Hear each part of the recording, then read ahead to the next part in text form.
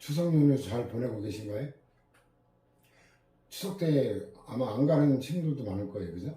가봐야 뭐 괜히 스트레스만 받는 경우도 많죠.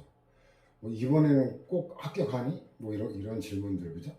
그 뭐 이번에 뭐 취직이 되니?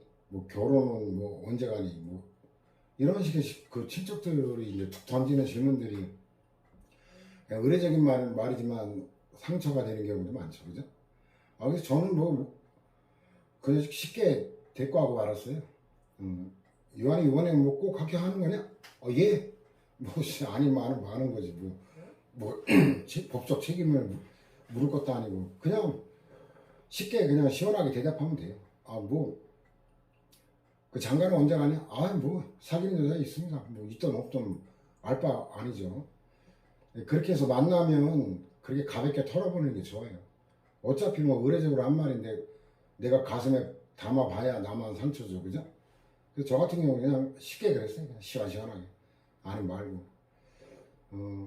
또 뭐 시험도 얼마 남지 않은 7급 수험생들은 이제 아예 시간 때문에 못 가는 경우도 많았을 건데 어쨌든 건강들 잘 챙겨가면서 정리 잘 하길 바랍니다. 자, 우리가 행정행위 여러 가지 쟁점이 있었는데 행정위 종류부터 시작해서 그 다음에 내용에 관한 거, 그 다음 부관, 그 다음 성립요건과 효력발생요건, 그 충족한 경우에 이제 효력이고 마지막 쟁점이 이제 하자죠. 하자인데 이 하자는 효력과 동전의 양면이에요. 처음부터 효력이 없는 게 무효와 부존재죠. 그 다음에 일단 유효했다가 취소가 되면 처음부터 소급적으로 효력이 상실되는 게 취소죠. 철회와 실효는 완전히 유효하게 적법하게 성립한 건데 후발적 사유로 이제 소멸되는 거죠. 그래서 효력과 하자는 동전의 양면이다. 그래서 하자의 1번은 뭐 기본적인 거 알겠고 그 다음에 행정기본법에 뭐 당연한 걸 쓸데없는 걸 규정을 넣어놨어. 저 뭐 뻔한 거죠. 무효인 처분은 처음부터 그 효력이 발생하지 아니한다. 내용을 뒤틀어봐야 뭐 틀릴 수가 없죠. 근데 문제는 누누이 얘기하지만 그 법률은 규정이 있냐 없냐 물어버릴 때 골 때리죠. 그래서 무효인 처분의 효력에 관한 규정이 없다. 이러면 이제 헷갈린단 말이에요. 있다 없다 그거부터.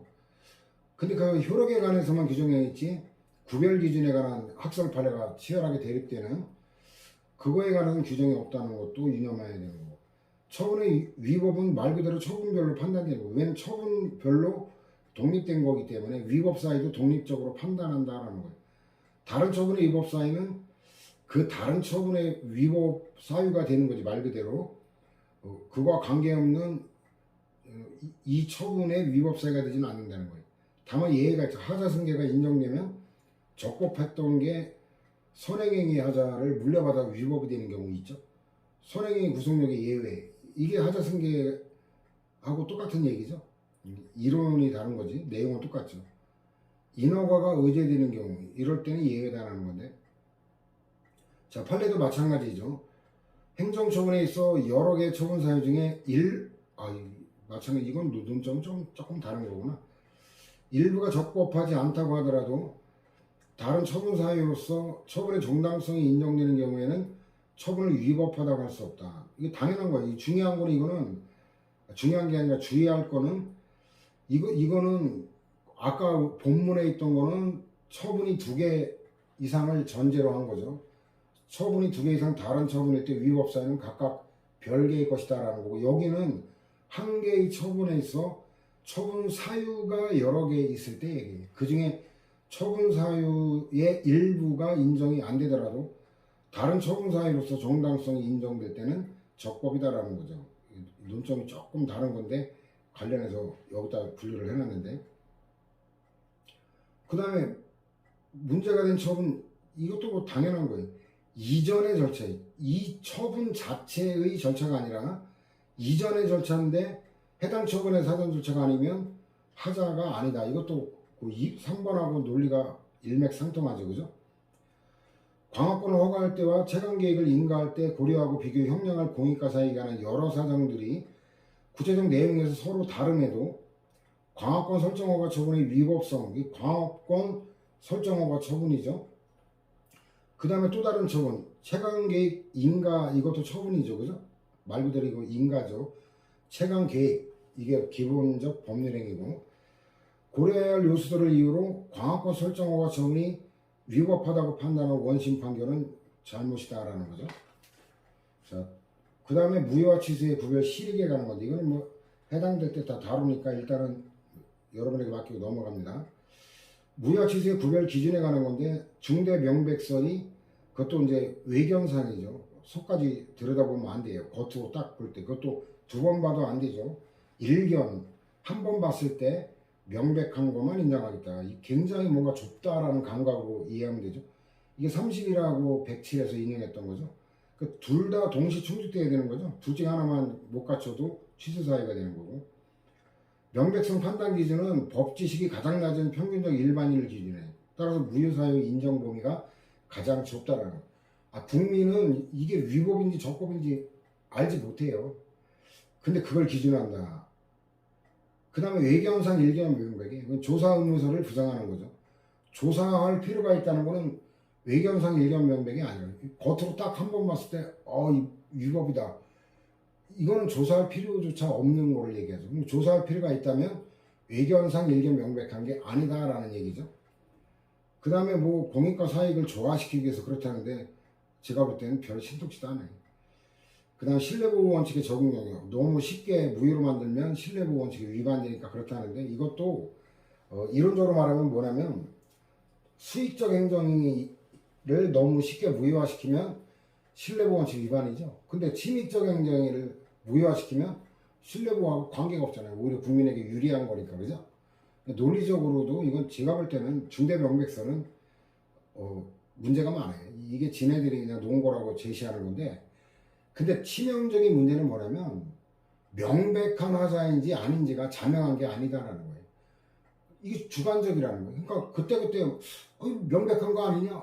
이게 다수 의견이 되면은 그냥 무효라고 가는 거고, 뭐 명백한 하자로 보기 어렵다 그러면 취소 사유로 가는 거고. 그러니까 주관적이에요. 그래서 이거 뭐 이론적으로도 그렇고 현실적으로 봐도 별로 마땅치가 않아 보이는데, 중대 명백성 판례도 마찬가지고. 근데 이럴 건 아닌데 명백성 판단 기준에 따라서 목적론적으로 고찰함과 동시에 구체적 사안의 특성도 합리적으로 고려하여 판단한다. 눈에 익혀두면 되는 거고, 얘도 외견상 일견 명백이고, 이건 다른 말로 하면 조사 의무서를 부정하는 거라고 그랬잖아요. 행정처분의 대상이 되는 법률관계나 사실관계가 전혀 없는 사람에게 행정처분할 때 이거는 하자가 중대하고 명백하다. 무효라는 얘기죠. 자, 근데 처분 대상이 되는지 여부가 사실관계를 정확히 조사해야 비로소 밝혀질 수 있을 때, 이 조사 필요가 있다는 얘기는 외견상 일견 명백이 아니다라는 거죠. 그럼 비록 이를 오인한 하자가 중대하다 할지라도 외관상 명백하다고 할 수는 없다라는 거. 법률관계나 사실관계에 대해 어느 법률 규정을 적용하여 행정처분을 한 경우에 그 법률관계나 사실관계에 대하여는 법률 규정을 적용할 수 없다는 법리가 명백히 밝혀져 해석의 다툼의 여지가 없음에도 행정청이 위 규정을 적용하여 처분할 때는 하자가 중대하고 명백하지. 이건 법리가 아까 다 답을 주잖아요. 명백히 밝혀져 있다 그랬잖아요. 그럼 뭐 명백성 요건 충족됐다는 거 당연하죠. 근데 반대로 법리가 명백히 밝혀지지 않아. 이 답을 다 주는 거예요. 명백하지 않다는 얘기죠. 그럼 무효라고 할 수 없다는 거. 해석의 다툼의 여지가 있는 때에는 행정관청이 이를 잘못하여 행정처분을 했더라도 이는 처분 요건 사실을 오인한 것에 불과하여 하자가 명백하다고 할 수 없다. 요런 같은 논리가 465의 국가배상에서 그 공무원의 과실 판단하고 연결이 돼요. 자, 465 종합정리 해볼까요? 어차피 우리는 이제 정리하는 거니까. 그 7번 보면은 법령 해석의 잘못과 공무원의 과실인데 이게 215하고 연결이 되는 거죠. 원칙적으로 긍정입니다. 왜냐면 그 법 입법권은 국회에 있지만 이 법을 갖다 적법하게 집행할 의무가 행정부에 있기 때문에 법률 전문가가 아니라 하더라도 일단 원칙적으로 과실이 인정되는 거예요. 그래서 일반적으로 공무원이 직무를 집행함에 있어 관계법규를 알지 못하거나 필요한 지식을 갖추지 못하여 대부분의 공무원이 그래요. 제가 경험한 바로는 고시 출신도 이 행적고 그냥 아무 의미도 모르고 달달 외운 친구들은 합격해봐야 거의 모르죠. 그래서 필요한 지식을 갖추지 못하여 법규 해석을 그렇죠. 잘못된 행정 처분했다면 그가 법률 전문가가 아닌 행정직 공무원이라고 하여 과실이 없다고 할 수 없다. 그 다음에 마찬가지 원칙적으로 관계법규를 알지 못해 아까는 이제 행위에 관한 거 이거는 이제 시행령 제정행위도 마찬가지. 그래도 과실이 인정한다는 거. 그 다음에 이제 그 광진구 사건인데 피고 서울특별시 광진구 소속 공무원들이 원고와 사이에 이 사건 실시 여백을 체결하면서 이게 그 BTO 방식이죠. 그 원고와 사이 이 사건 실시 여백을 체결함에 이 사건 사업이 광진구 의회의 의결을 필요로 하는지 여부에 관하여 관련 행정기관의 질의를 하는 등 신중을 다함으로써 자기가 모르면 법률 전문가 아니면 법제처 같은데 유권 해석이라도 받아보는 노력을 했어야 된다는 거죠. 질의를 하는 등 신중을 다함으로써 원고에게 이 사건 실시 여백의 무의로 인한 불이의 손해가 발생하지 않도록 해야 할 직무상 의무를 위반하였으므로 피고 서울특별시 광진구는 원고가 이 사건 실시 여백이 유의한 거로 믿고 이 사건 사업의 실시 계획을 준비하는 데 지출한 비용 상당의 손해를 배상할 책임이 있다라는 거죠. 그 다음에 법령 해석 및 실무 책임자가 있는 경우는 더 말할 것도 없죠. 이게 바로 좀 전에 봤던 명백히 밝혀진 이런 거. 그래서 대법원의 판단으로 관계법령 해석이 확립됐다. 아까는 명백히 뭐 밝혀졌다 그랬는데 확립됐다. 그래서 확립된 법령 해석에 어긋나는 견해를 고집하여 계속하여 위법한 행정 처분을 하거나 이에 준하는 행위로 평가될 수 있는 불이익을 처분 상대방에게 주게 된다면 이는 그 공무원의 고의 또는 과실로 인한 거라 손해배상 책임이 있다는 거. 이런 경우가 이제 그 노동부의 유권 해석 같은 거 있죠. 이게 대법원 판례와 다르면 그걸 수정해야 되는데 그걸 고집하는 경우가 가끔 있어요. 그래서 그런 게 문제가 되는데 법령 해석 및 실무 책임례가 전혀 없다 이럴 때는 부정돼요. 더군다나 이제 이게 판례 보면은 그 원칙적으로 인정됐다 그랬잖아요. 학설 판례가 없더라도 원칙적으로 인정되는데 이게 학설 내용이에요. 위에건. 근데 그거 무시해버리고 관련 판례 보면은 이거 답을 다 줘요. 법령에 대한 해석이 복잡 미미하여 워낙 어렵고 이게 간단한 거를 갖다 잘못 해석했다면 과실이라고 할 수 있겠지만 복잡 미미하여 워낙 어렵고 이러면 법률 전문가들 사이에서도 견해가 나뉠 수밖에 없죠. 학설 판례조차 규율되지 못하여 의문이에요. 의문이 없을 수 없는 경우 이때는 부정이죠. 자, 법령에 대한 해석이 복잡 미미하여 워낙 어렵고 이에 대한 학설 판례조차 규율되지 못하여 의의가 없을 수 없는 경우에 공무원이 그 나름대로 신중을 다하여 합리적 근거를 찾아 그중 어느 한 설을 취하여 내린 해석이 결과적으로 그죠? 최선을 다했지만 대법원이 가는 그것과 같지 않아 결과적으로 잘못된 해석이 들어가고 그에 따른 처리가 역시 결과적으로 위법하게 되어 법령의 부당집행이란 결과를 빚었다 하더라도 그와 같은 처리 방법 이상의 것을 성실한 자 이것도 의미해야죠. 평균적 공무원을 기준으로 판단하는 거예요. 특정 공무원이 아니라 기대하기나 어려운 일이다라는 거. 그 다음에 위법성 정도는 취소사유다라는 거죠. 그러니까 아까와 같이 뭐 명백히 확립된 법리가 있다 이러면 몰라도 특별한 표지가 없을 때는 취소사유다. 담당 공무원이 같은 장소에 대하여 사업자를 달리하는 축산물 판매 후 중복 신고는 허용되지 않는다고 축산물 가공 처리 법령을 해서 적용한 결과 기존 영업자가 휴업 신고만 하고 폐업 신고를 하지 않았음을 이유로 신고 영업 신고를 수리하지 않은 사안인데 이거 담당 공무원의 과실을 부정한 건데 이거는 명백한 게 아니기 때문에 이거는 체크해서 외워둘 필요가 있을 거예요. 그 다음에 이거 심지어는 법률 전문가라고 하는 검사의 경우도 마찬가지. 대법원 판례가 없을 때는 검사라고 예측할 수가 없잖아요. 대법원 판결이 어떻게 나올지를. 자, 그래서 이것도 일반 공무원과 달리 검사는 법률 전문가이기 때문에 이렇게 되면 한정 들어가는 거예요. 자, 형사소송법 및 관계법령이 형사소송 절차에서 피의자가 갖는 권리에 관해 명문의 규정을 두고 있지 아니하여 그 해석에 관해 여러 가지 견해가 있을 수 있고 이에 대해 대법원 판례된 선례가 없고 학설도 규율된 바 없어 의의가 있을 수 있는 경우에는 검사지만 검사로서는 나름대로 신중을 다하여 그 당시의 실무 관행을 파악하고 각 견해의 근거의 합리성을 검토하여 어느 한 견해를 따라 조치를 취할 수밖에 없다. 이 경우 그러한 조치 후에 대법원의 형사소송법 등 법령에 명시되지 아니한 피의자의 권리를 헌법적 해석을 통해 인정하거나 피의자의 다른 권리에 관한 형사소송법 규정 등을 유치 적용하여 인정함으로써 사후적으로 피의자에게 그러한 권리가 존재하지 않는 거로 해석한 검사의 조치가 잘못된 거로 판명되고 결과적으로 이에 따른 처리가 결과적으로 위법하게 되고 법령의 부당집행이라는 결과를 가져오게 되었다 하더라도 그 검사의 조치 당시 그 검사가 내린 판단 이상의 것을 역시 성실하고 합리적인 평균적 검사적 에게 기대하기 어렵다고 인정된다면 특별한 사정이 없는 한 이러한 경우에까지 당해 검사에게 국가배상법에서 규정하는 과실이 있다고 할 수 없다. 그 다음에 이제 과실 부정사례인데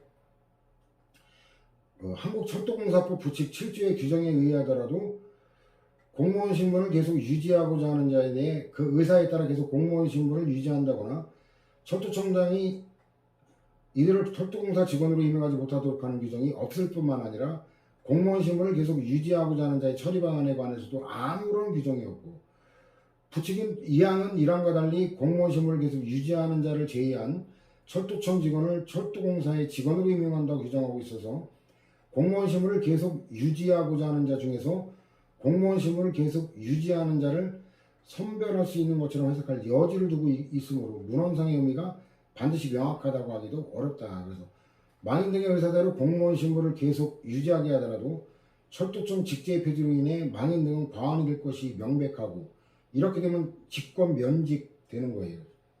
조직이 축소돼가지고 과언이 발생하면 직권 면직해서 쫓아내는 건데 안타깝게 그로 인한 불이익을 막기 위한 의도해서라고 할 것이어서 철도청장이 법 부칙 7조를 해석 적용함에 있어 그중 망인 등에게 유리하다고 생각하는 해석 방법을 택한 것을 비난하기도 어렵다. 이 동기도 그렇고 그 다음에도 마찬가지죠. 그 다음에도 마찬가지. 저거 7번 판례는 신뢰보 원칙에 위반되는 판례를 봤죠. 절대평가제에서 상대평가제를 변경하는데 3달인가 이거밖에 시간 안 주고 바로 한 경우 그래가지고 국가고의 배상은 부정했어요. 자 이렇게 해서 종합정리하고 다시 돌아오면은 그 조사의무설 이런 건 뭐 가볍게 보면 되고요. 이런 거는 소수요. 명백성 보충요건설인데 이거는 그 사인의 공법행위 거기에서는 인정한 대법원 판례가 있지만 행정행위에서 인정한 거는 없다라는 거.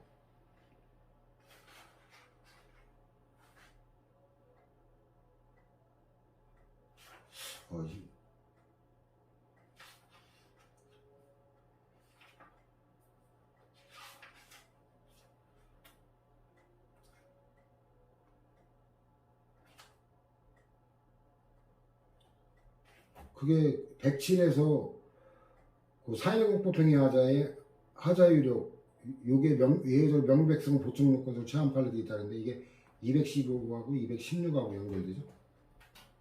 이게 107 여기다 페이지를 안 써놨구나. 그래도 조중대 하지만 명백하지 않아도 무효가 되는 경우 저게 이제 아까 107에 그 판례하고 연결한 독해가 될 거예요. 그 다음에 행정의 하자의 치유와 전환이죠. 치유와 전환. 하자의 치유인데 치유는 치료죠. 그 병든 환자를 치료해서 건강을 되찾게 하는 것처럼 하자 있는 행정행위를 치료해서 적법화시키자는 게 치료고 전환은 도저히 이게 치료가 불가능한 중병이 걸렸다. 그러면 이건 전환밖에 안 된다는 거죠. 그러니까 중병에 걸렸다. 이거는 이제 무효사유다. 치료가 가능하면 경미한 하자니까 취소사유다. 그렇게 연결을 하면 될 거예요. 일단은 자 인정 여부인데 제한적 긍정설이 통설이자 판례죠. 하자 있는 행정행위의 치유나 전환은 행정행위의 성질이나 법치주의 관점에서 볼 때 원칙적으로 허용될 수 없는 거다는 거. 이거 제한적 긍정설이 원칙 긍정이 아니라는 거 주의해야 돼요. 원칙 부정, 예외 인정입니다. 하여튼 제한적 긍정설 나오면 대부분이 그래요. 요것도 제한적 긍정설의 대표적인 게 처분사유의 추가 변경 그게 있는데 거기도 마찬가지거든요.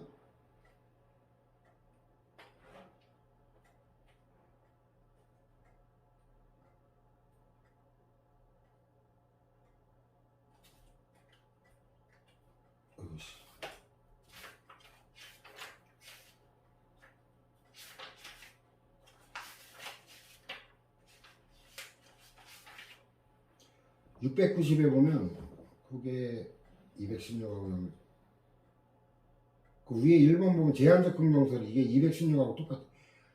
원칙 긍정이 아닙니다.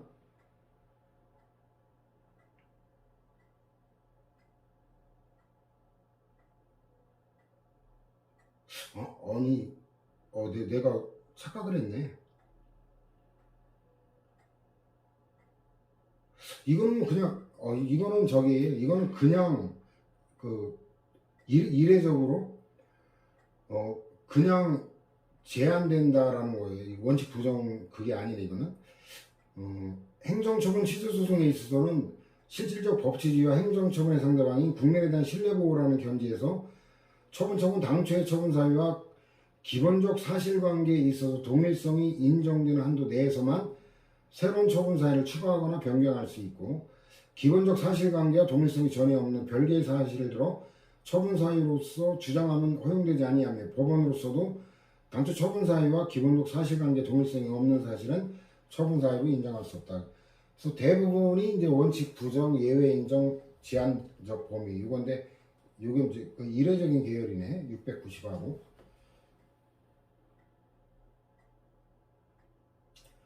그 다음 경험관계 부정. 이거는 여기다가 할 필요는 없어요. 왜냐면 오른쪽에 도표로 정리했거든요. 그 다음 3번도 마찬가지예요. 그 다음 4번 정도나 있으면 되겠는데, 그 두 번째, 세 번째는 도표로 다 정리를 했기 때문에 거기서 다시 설명을 하기로 하고. 자, 법인세법 시행령에서 납세고지서, 이게 이유부기에 관한 거고, 형식의 요건으로 들어가요. 납세고지서에 부기해야 한다고 정한 납세주관할 지방국세청장이 조사 결정했다는 뜻이 납세고지서의 필요적 기재사항은 아니고, 과세관청이 과세처분에 앞서 납세자에게 관한 세무조사 결과 통지 등의 납세고지서의 필요적 기재사항이 제대로 기재되어 있다라는 거죠. 앞서 보낸 거예요. 처분에 대한 불복여부의 결정 등의 지장을 받지 않았으니 명백한 경우, 이제 요런 문장. 그래서 이게 좀 이따 보겠지만, 판례는 개념이나 논리 갖고 판단하지는 않아요. 실질 갖고 판단해요. 왜냐면 여기는 논리적으로 어때요? 그 치료는 후발적인 거잖아요. 나중에 치유의 행위는 후발적인 사유거든요. 근데 논리적으로 후발적인 게 아니라 여기는 사전에 미리 보낸 거에 제대로 기재된 거, 이거는 개념과 논리적으로는 후발적인 게 아니라 이건 그 이전의 거잖아요. 논리적으로는 안 나와요. 근데 결국 이거예요. 처분에 대한 불복여부 결정 등의 지장을 받았냐 아니냐, 이게 지장이 없다면 굳이 위법이라고 해서 취소할 필요가 없다라는 그런 논리라고 생각하면 쉬워요. 자, 그럼 사유요건 봐볼까요? 상대방에게 불이익하지 않은 경우. 자, 그럼 불이익하지 않은데 굳이 뭐 위법이라고 취소할 필요까지가 있겠냐라는 논리라고 했죠. 2번도 마찬가지예요. 사전에 필요한 상황 알려준 경우, 뭐 필요한 거 다 알려줬으면 됐지, 뭐 나중에 거 트집 잡냐, 이런 실질 갖고 판단해요. 자, 저 판례가 출제가 아주 많이 됐던 유명한 판례인데, 청문서 도달 기간을 어겼더라도 영업자가 이의하지 아니한 채 스스로 청문일에 출석하여 의견을 진술하고 변명하는 등 방어 기회를 충분히 가진 경우, 납득이 되죠. 판례 논리에 따르면 학문적 이론적으로는 납득이 안 갈 수도 있는데,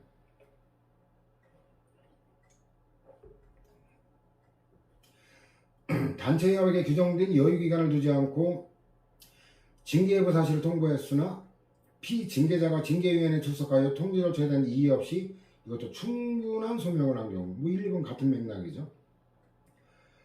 그 다음에 압류 처벌의 단계에서 독촉의 응결과 같은 절차상의 하자가 있었다 하더라도 그 이후에 이루어진 공매 절차에서 공매 통지서가 적법하게 송달된 경우, 이거는 후발적 사유로 치료행위가 있잖아요. 이거는 뭐 학설에 따르더라도 논리적으로 딱 떨어지는 거니까 이럴 거 하나도 없죠. 그 다음 사전에 필요한 사항을 알려준 경우인데, 납부고지서의 기재사항의 일부가 누락되었지만 부가처분 전에 부담금 예정통지서의 필요적 기재사항이 기재되어 있는 경우. 근데 이 판례, 교수들이 거론을 안 하지만 제가 볼 때는 판례 치명적인 논리는 뭐냐면, 아니 이게 그 치유라는 개념과 논리에 안 맞는 후발적인 게 아닌 사전에 알려준 경우 이걸 치유사로 인정하는 건 제가 볼 때 논리적으로 문제가 있어요. 자, 그러면 이 판례의 논리를 따르면서도 이론적 논리까지 그 조화가 되는 방법이 없나? 제가 볼 때는 사전에 필요한 사항을 알려준 경우 이러면 그 후행 처분이 적법이라고 아예 위법이라고 해서 하자 치유를 인정할 게 아니라 그냥 적법이라고 그렇게 처리를 해버리는 게 더 낫지 않을까. 근데 그것도 논리적으로는 조금 문제가 있긴 해요. 왜냐면 아까 봤지만 선행처분과 후행처분은 별개로 하자를 따지는 게 원칙이잖아요. 그러니까 그것도 조금 논리적으로는 조금 그렇긴 한데 어쨌든 아마 그런 저런 걸 고려했는지도 모르겠어요, 판례가. 근데 어쨌든 여러분들이 이용하시기도 이것도 이론 교재에는 그 보충 자료로 이렇게 했던 거예요. 근데 이번에 깔끔하게 이렇게 정리하니까 저도 사람인지라 그 교학 성장이라 그러죠. 가르치면서 서로 그 성장한다라는데 저도 이제 가르치면서 강의하면서 좋은 아이디어가 또 그때그때 또 떠올라요. 그 지난번에도 성님이 혈압발생요건 그 촬영이 펑크나게 망정이지. 원래 그 강의할 때 머릿속에 생각이 안 떠올랐던 게 떠올라가지고 오히려 더 깔끔하게 정리할 수 있는 논리적으로 체계적으로 그렇게 하면서 자꾸 느끼면서 발전해가는 거거든요. 그래서 이론 강의 들었을 때 보충 자료 하도 많이 내고 해가지고 좀 불편한 감이 있었는데 여러분들은 뭐 그 짜증 나게 생각하지 말고 저도 사람인지라 이제 더 여러분들에게 더 좋은 그런 걸로 정리해서 전달하려는 그 마음이었기 때문에 여러분들이 뭐 선의로 이해해 주시면 될 거예요.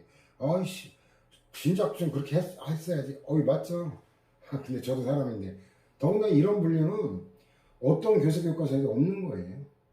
그러니까 저를 여러분들 탓할 이유가 없어요. 내가 다른 교수 교과서 다 있는데 내가 게을러가지고 그걸 반영을 못했다면 내 책임이지만 그나마 이런 식의 논리적인 분류는 저밖에 없어요. 그래서 뭐 이렇게 기분 나쁘게 생각하지 마세요. 더군다나 공짜로 듣잖아요, 여러분들. 그죠? 공짜로 들으면서 감 내놔라, 판 내놔라. 지나치게 하지는 맙시다. 그죠? 네. 자, 그래서 어쨌든 유형화돼서 쉽죠? 그 3번도 마찬가지예요. 앞서 보낸, 납세자에게 보낸, 앞서 납세자에게 보낸. 자, 그다음 세 번째. 자, 이거는 이제 다른 유형이기 때문에 주된 납세 의무자에 대한 과세처분 행위로 발생 전에 한 납부고지 처분의 절차상 하자가 그 후에 주된 납세 의무자에 대한 과세처분 행위 발생으로 치유되었다. 그러니까 과세처분 행위로 발생으로 치유되었다고 의제를 해준 거예요. 이게 과세처분이 그 납부고지나 과세처분이나 그게 그거잖아요. 근데 이거는 조금 뭐 체크해서 예분이에요. 왜냐면 선행처분은 2차 납세의무자예요. 근데 주된 납세의무자에 대한 이거는 논리적으로 별개이기 때문에 이거는 체크해서 좀 눈여겨볼 필요가 있겠죠. 이런 거는 부정사례 보면 이제 실질에 따라 판단한다 그랬죠. 근데 상대방이나 제3자에게 손해가 되는 경우는 아까 인정한 게 상대방 보호를 위한 건데 오히려 손해가 되면 인정할 수가 없죠. 경원자 관계는 이거 개념 문제잖아요. 경원자의 관계는 딱 여러 명이 경쟁적으로 면허 신청을 했는데 딱 한 명에게만 발급해 줄 수 있는 거.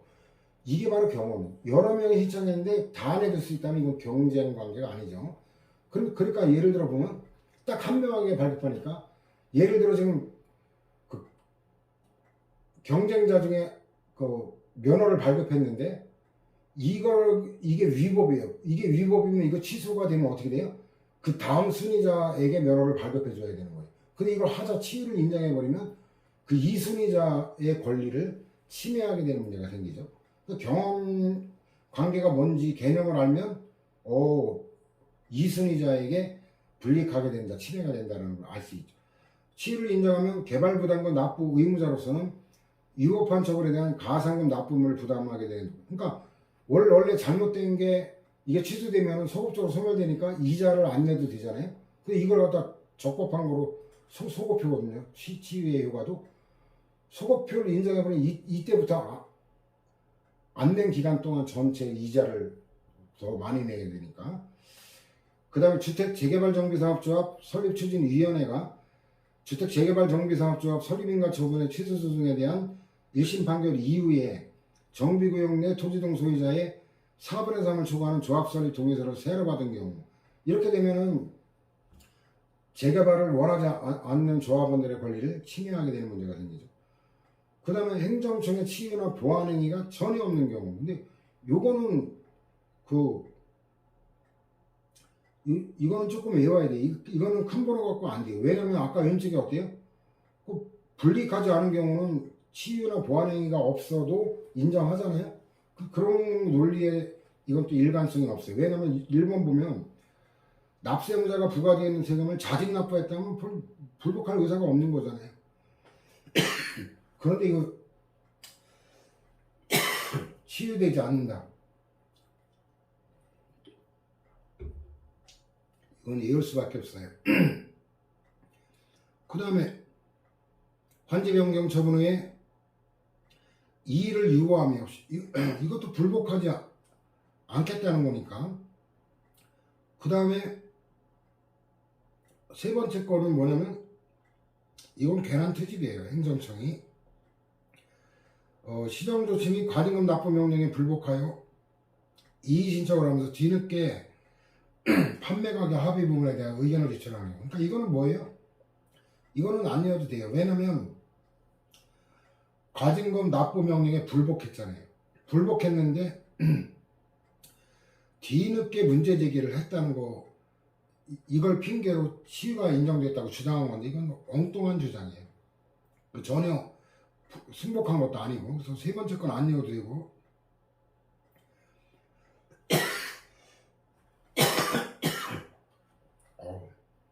갑자기 왜 이러나.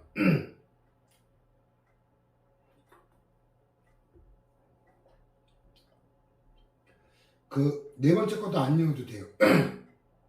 알려주는 게 없는데 나름대로 산출 근거를 알고 있었던 거나 사실상 일을 하고서 쟁송에 이르렀잖아요. 그러니까 세 번째, 네 번째는 불복할 의사가 있는 거였잖아요. 그렇기 때문에 이거 하자치 인정하는 거 당연한데, 그 1, 2번이 왼쪽에 큰 번호 1번하고 비교해 볼 때 헷갈릴 수 있다. 그래서 1, 2번은 체크했다가 반복할 필요가 있다라는 거. 보호 가치가 없는 거. 기책 사유로 보호 가치가 없는 경우. 사의, 허의, 뭐 이런 거 신뢰 보호 때도 봤죠. 기책 사유 이제 와서 모른다고 할 사람 없죠. 그 다음에 왼쪽에 두 번째 거하고 비교할게. 왼쪽에 두 번째 거는 문서로 정식으로 알려준 건데, 사전에.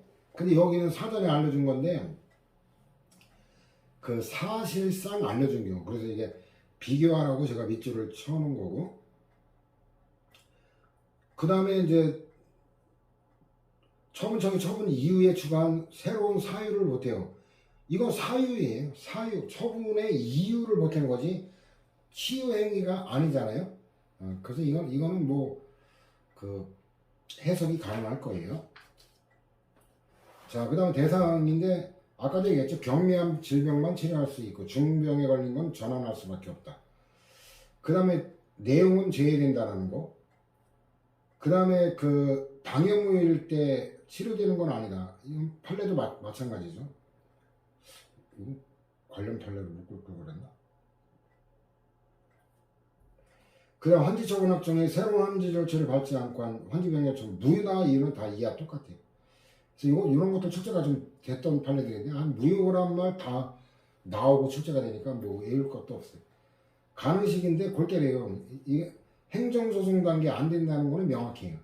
근데 일단 일반론 상대방의 불복 여부의 결정 및 불복 신청에 편의를 줄 수 있는 상당한 기간이에요. 이게 김도희 교수 같이 판례를 잘 모르는 교수들은 저 불복 여부 결정에 편의를 주려면 그 이전 불복 이전에만 가능하다. 근데 불복 광고에는 행정심판도 있기 때문에 심판 단계 안 된다라고 판례를 잘못 해석해요. 소송 단계에서 부정되는 건 이건 판례 해석에 이견이 없어요. 근데 저 세 번째 판례 있잖아요. 징계 재심 절차는 행정심판 단계에서 취하 인정한 판례를 아는 교수님들은 심판 단계까지 가능하다고 정확하게 해석하고, 김정희 교수 같이 이 판례를 모르는 교수는 심판 단계에 안 된다는 입장으로 잘못 해석하는 건데, 그래서 이거는 출제되면은 이의 제기를 할 수도 있는데 골치 아파지죠. 이게 판례 해석 일반론을 물으면 심판 단계 인정한다가 맞을 수도 있고 틀릴 수도 있고, 상대적으로 봐야 돼요. 자, 그 다음에 이제 소급표라는 거, 전환도 마찬가지거든요. 그 다음 전환 인정 여부도 제한적 긍정설이에요. 근데 여기다 왜 안 하느냐? 아까 거기 치유에 전환까지 다 포함해서 해놨죠. 216에 보면 행정행위 치유나 전환은 해서 두 가지가 다 똑같기 때문에 결론만 일단 해놓은 거고, 자, 이 전환을 인정한 대표적인 판례거든요. 귀속재산은 이제 통상적인 국유재산하고 다르다 그랬죠. 귀속재산 불환은 이거는 공법관계라고 1편에서 배웠죠. 근데 일반 국유재산 불화 뭐 이러면 사법관계고, 귀속재산을 불화받은 자가 사망한 후에 수불화자에 대하여 한 불화 취소 처분은 이건 사자에 대한 거로 무효다. 이거로 주체사항 하자거든요. 주체가 아니라 내용이 관한 불능이거든요. 불능. 224에 보면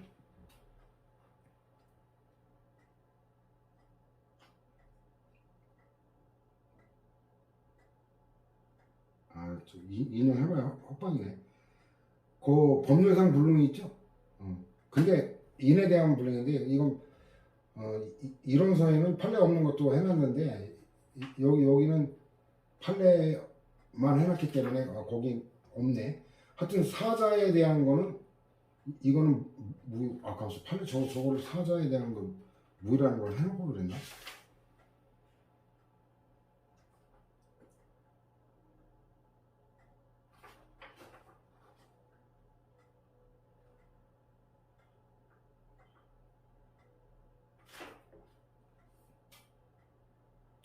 그래서 어쨌든 사망한 자에 대한 거 이거는 무효다라는 거 첫째 논점이에요.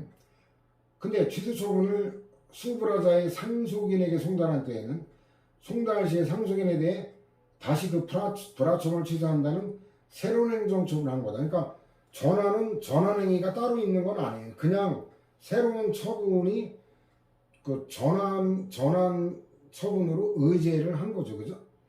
인허가 의제하고 마찬가지죠. 그 다음에 사유요건, 적극적 요건, 소극적 요건인데 이거는 10개를 외워야 되는 출제가 좀 됐던 건데 최근에는 이제 조금 주춤하긴 한데 이거 상식과 반대해서 우리가 적극적 요건은 이어야 한다. 긍정에 해당하는 그 요건으로 표현하면 적극적 요건이라고, 무엇이 아니어야 한다 이렇게 표현하면 소극적 요건이라고. 그러니까 남성이어야 한다. 이거 달리 말하면 여성이 아니어야 한다. 똑같은 내용이죠. 그걸 별도로 외우면 안 돼요. 아무 관련이 없는 걸 전환시킬 수는 없죠. 관련이 있어야 된다.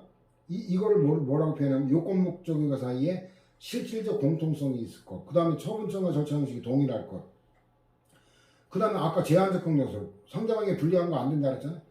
당사자가 전환을 의혹하는 거로 인정되고, 그 다음 개념상 그 적법화 시키자는 거니까 전환되는 행위는 적법한 요건을 갖추고 있어야 되는 거.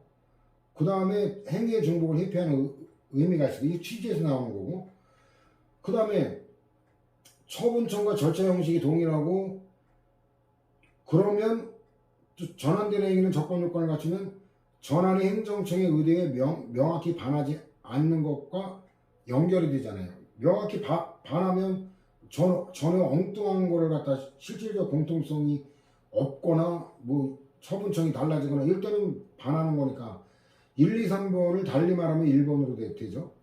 그 다음에 3번 당사자, 그 왼쪽에 3번 당사자가 전환을 의혹하는 거로 인정되는 거는 상대방에게 불이익하지 않으니까 의혹할 거 아니에요.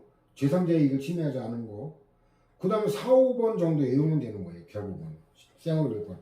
기속행위를 재량행위로 전환하는 게 아니어야 된다. 그 다음에 하자인의 행령 취소가 금지되지 않을 것. 그 4, 5번은 전혀 맥락을 달리하는 거기 때문에 제가 수험생일 때도 4, 5번 정도 외우지 나머지는 안 외우고 논술에도 그냥 그렇게 썼거든요.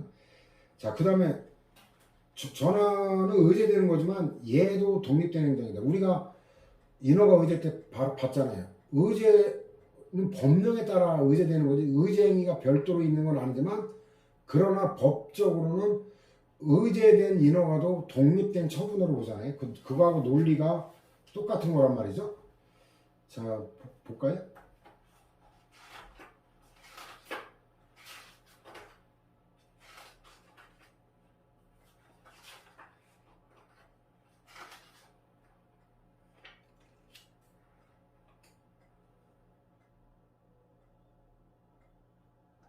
그 170에 동그라미 니은 그거하고 연결하면 되겠죠?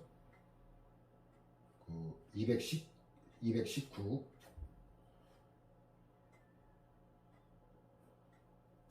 의제된 인허가 처분도 소송 대상이 된다는 거고 오히려 그거만 된다는 거잖아요. 170하고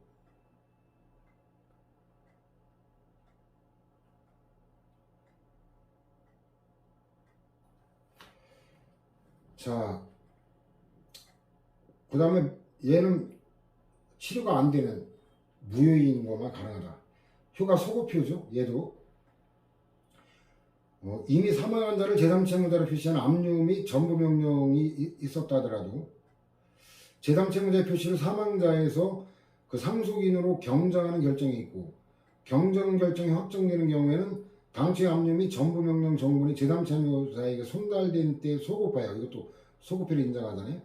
제3채무자가 사망자의 상속인으로 경정된 내용의 압류 및 전부 명령이 발생한다. 소급표 나중에 정리할 때는 제목 갖고 하면 되는데 치유나 전환이나 다 소급이다. 뭐라 정리하면 더 쉽죠.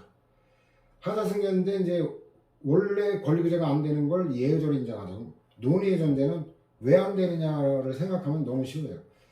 선행행위가 불가증력 발생해서 불가증력 발생하지 않으면 선행행위를 대상으로 제기하면 되지 후행행위를 대상으로 제기할 이유가 없죠. 취소사유죠. 불가증력 발생했다는 얘기는 무효사유이면 불가증력이 발생하지 않으니까 선행행위를 다투면 되지 후행행위 다툴 이유가 없죠. 그 다음에 또 당연 승계돼요. 선행행위가 무효이면 후행행위도 당연히 무효가 돼요. 이 간단한 결론인데 출제가 아주 많이 되고 있어요. 반가운 거죠. 그러면 이런 상황에 소송 제기해봐야 각하 판결밖에 안 나니까 권리구제가 안 되죠. 그죠? 후행행위는 왜 안 돼? 얘 자체는 적법이란 말이에요. 그럼 적법인 걸 대상으로 제기해봐야 기각 판결밖에 안 되죠. 그 공통적 요건은 둘 다 처분해야 되죠. 자, 그 다음에 승계 요건인데 밀접한 관련이에요. 그 동일한 하나의 목적 효과. 자, 그래서 이 판례가 출제가 아주 많이 되는 판례인데 여러 가지 승계 요건부터 전제 결론 효과까지 동일한 행정 목적을 달성하기 위하여 단계적인 일련의 절차를 연속하여 행해지는 선행처분과 후행처분이 서로 결합하여 하나의 법률 효과를 발생시키는 경우 요건이거든요. 선행처분에 하자가 있는 위법한 처분이라면 비록 하자가 중대하고도 명백한 것이 아니어서 선행처분을 당연 무효의 처분이라고 볼 수 없고 행정쟁성으로 효력이 다투어지지도 아니하여 이미 불가쟁력이 생겼으며 후행처분 자체는 아무런 하자가 없다고 하더라도 이게 바로 아까 제가 도표로 정리한 논의의 전제죠. 선행처분을 전제로 하여 행해진 후행처분도 선행처분과 같은 하자가 있는 위법한 처분으로 봐. 이제 하자 쓰게 되니까 후행처분이 위법으로 되는 거죠. 따라서 항고소송으로 취소를 청구할 수 있다. 그 청구할 수 있다 하라 이게 아니라 취소 판결을 내주겠다는 얘기예요. 그 승계의 효과죠. 그 다음에 3번은 아까도 봤죠. 당해무효일 때 얘도 당해무효가 되는 거고. 그 다음에 이제 동일한 목적이 반대. 서로 독립하여 별개의 법률 효과를 발생시키는 때 선행처분에 불가증력이 생겼고 효력을 다툴 수 없게 된 경우 원칙적으로 선행처분의 하자를 이유로 후행처분의 효력을 다툴 수 없다라는 거죠.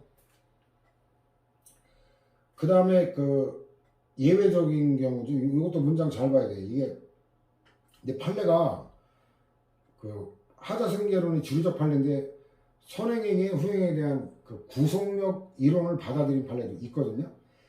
그 선행처분의 불가증력이나 구속력이란 말을 쓰잖아요. 이게 최신 판례도 몇 개 더 있는데 동일한 입장의 제약이나 일단 이것만 보여주는 건데 그로 인해 불이익을 입게 되는 자에게 수인 한도를 넘는 가혹함, 수인 가능성 이게 그 구속력의 그 예외거든요.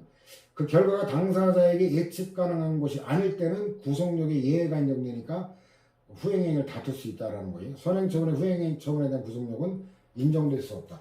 하자 승계가 인정되지 않으면 기각 판결. 근데 구속력이 인정될 수 없다 이러면 인용 판결이에요. 그 표현을 잘 익혀야 돼요. 그 다음에 이 선행행위 하자를 후행행위에 승계되는 것만 인정되는 거지 반대로 그 후행행위 하자의 선행행위에 대한 승계 이거는 인정이 안 된다. 이것도 출제가 여러 번 됐던 거예요. 승계 효과는 뭐 아까 봤죠. 인용 판결이 가능하다. 하자 승계 인정 사례 그 출제 도배를 하는 거예요. 근데 인정 사례를 정확히 외우는데 비교 판례 부정하는 것 같고 정확하게 비교할 수 있어야 됩니다.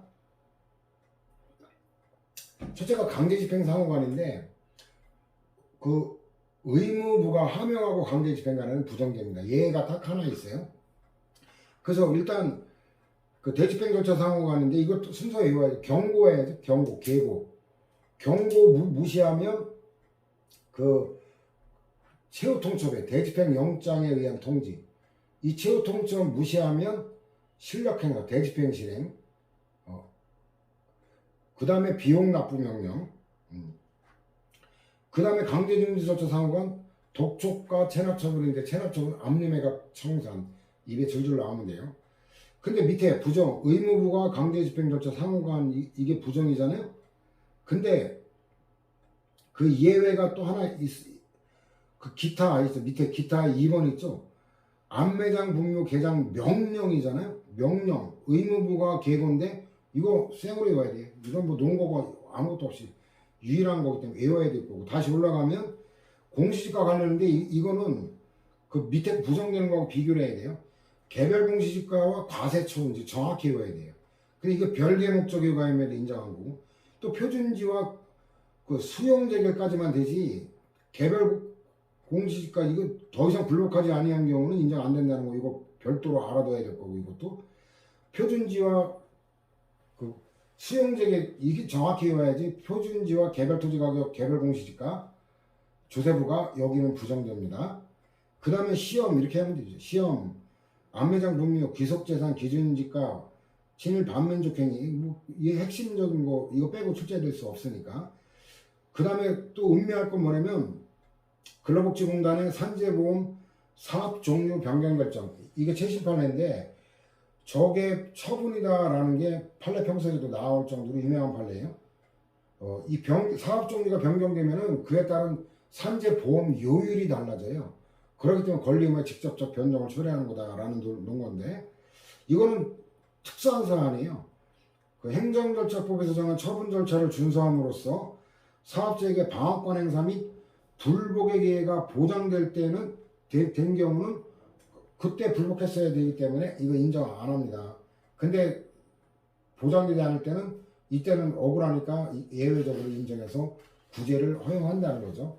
자, 이번 시간에는 이렇게 하자 일반론까지 진행하고 다음 시간에는 이제 무효사유 취소사유 구체적인 것과 또 이제 구체적으로 취소철의 실효 변경 이렇게 해서 하자론에 관한 일반론까지 이제 다루고 이 시간을 마치겠습니다.